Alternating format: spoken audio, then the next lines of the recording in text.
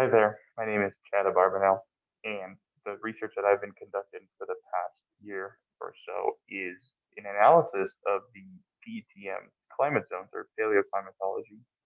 The PETM is the Paleocene Eocene thermal maximum, which happened about 56 million years ago. The main reason that this is important is because we've seen a lot of alarming rates of global change recently. So, an analysis of a 6-degree increase uh, a long time ago is very helpful for that matter. A short presentation, again, briefly, uh, the research I've been conducting is an analysis of seasonality type string of PETM. The main purpose of this research really is to analyze trends, right, either latitudinally or longitudinal. I have created a interactive map of all the different climate types that were observed and is really important to understand the trends in order to relate them to today's global warming. So, the anthropogenic global warming that we're experiencing is increasing at a much more alarming rate than of which it did 56 million years ago. And that's the main, concern for this research. Any knowledge, that can be extrapolated is pertinent and very helpful to what we can see in the future for what we're experiencing. And the map I've created is right here. Let me just share that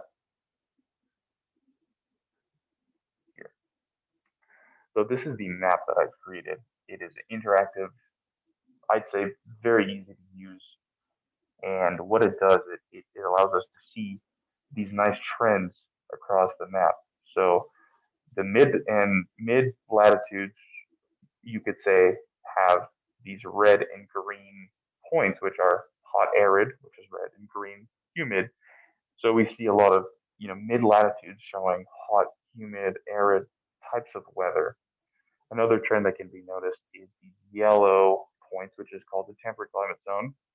Temperate climate zones are what we experience here in Colorado, I'd say. And we can kind of draw a northern latitude line across these yellow points. We have one down here in the Columbia, the Bogota Basin.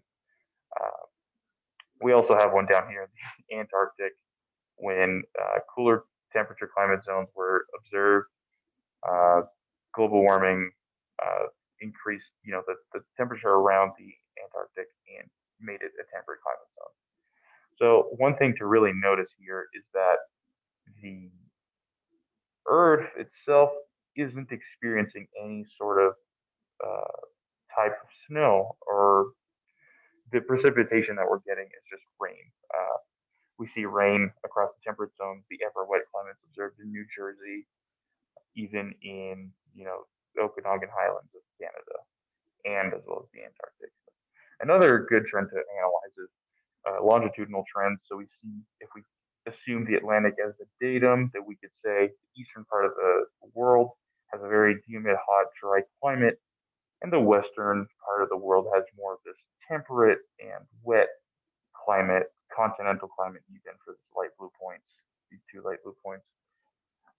The main takeaway really is to understand how the PEPM affected different regions of the world and how anthropogenic global warming can also affect the future of which we or our ancestors will live in. Thank you very much, and any comments would be greatly appreciated.